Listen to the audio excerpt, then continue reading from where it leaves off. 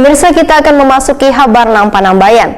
Lantaran dianggap menutup arus sungai, pemerintah Kota Banjarmasin membongkar kios yang berjajar di samping kawasan Pasar Kuripan di Jalan Veteran Banjarmasin Timur. Pembongkaran belasan kios tersebut menggunakan alat berat backhoe loader milik PDAM Bandarmasi Banjarmasin malam Minggu 23 Januari 2021. Lantaran dianggap menutup arus sungai, pemerintah Kota Banjarmasin membongkar kios yang berjajar di samping kawasan Pasar Kuripan yang berada di Jalan Veteran Banjarmasin Timur. Pembongkaran belasan kios tersebut menggunakan alat berat backhoe loader milik PDAM Bandarmasi Banjarmasin malam Minggu 23 Januari 2021.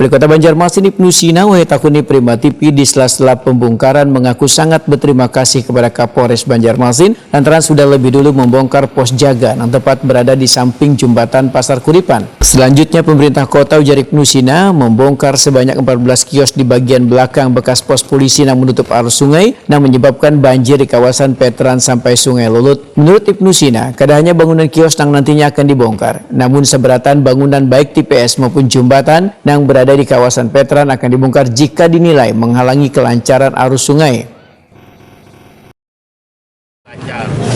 Ada 14 kios yang kita robohkan malam ini, itu setelah negosiasi alot Pak, karena saya juga tetap memberikan kebijakan, para pedagang minta waktu 2 kali 24 jam, kita berikan waktu, tapi deadline tadi jam 4 sore tadi sudah deadline, sehingga mulai malam ini sudah kita bongkar bangunan. Diharapkan dengan pembongkaran bangunan yang berada di atas alur sungai mengganggu arus dan lain sebagainya yang menyebabkan tersumbat saluran dan menyebabkan banjir hari ini salah satunya.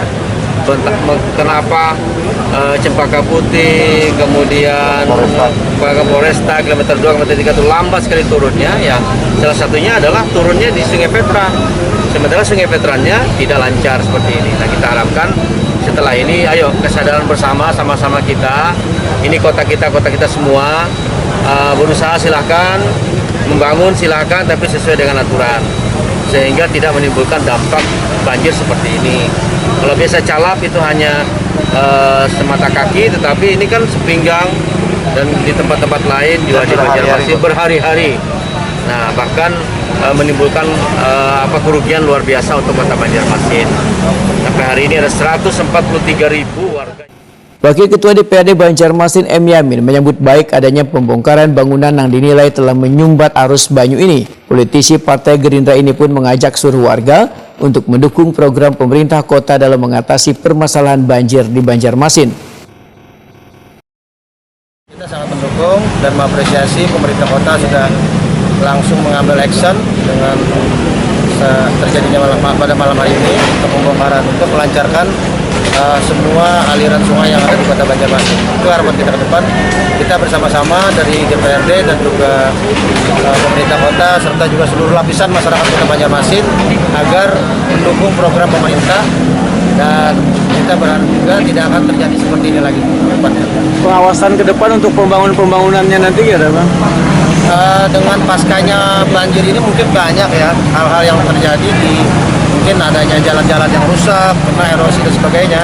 Nah, ini juga harapan kita dinas terkait nantinya dan bersama-sama DPR untuk mengawasinya agar semua di jalan yang sudah pasca banjir ini bisa kita utamakan untuk perbaikannya, terutama juga drainase yang ada di Kota Banjarmasin, dan tidak lepas dari dukungan dari masyarakat semuanya ini. Sementara itu, Ketua Komisi 1 DPRD Banjarmasin Suyato berharap bangunan apapun yang telah menghalangi kelancaran banyu sungai di sepanjang Jalan Veteran untuk dibongkar supaya banjir kada terulang lagi. Kita sesuai dari keinginan dari wali kota, pemerintah kota, ini untuk supaya ada kelancaran jalan dari sungai sampai ke Tepekong itu tetap dibongkar, tapi secara bertahap. Oh gitu. Kayak gitu. Sebabkan tahun 2015 ini sudah dicanangkan untuk jalan ini adalah untuk bisa seperti kayak mode bahari ya. Jadi untuk Jukung bisa lewat, semua bisa lewat kayak gitu. Jadi itu sudah disampaikan dibongkarnya itu nanti itu sampai ke Tepekong.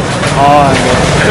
Jalur Tepekong itu terusnya juga minta dari rumah-rumah atau ruko-ruko yang ada sesuai ikutinlah daripada prosedur. Kalau misalnya jembatan itu jangan jembatan itu yang rata, kita bikin itu jembatan itu yang agak lebih tinggi supaya bisa aliran sungai ya kan punya kotoran apapun lewat.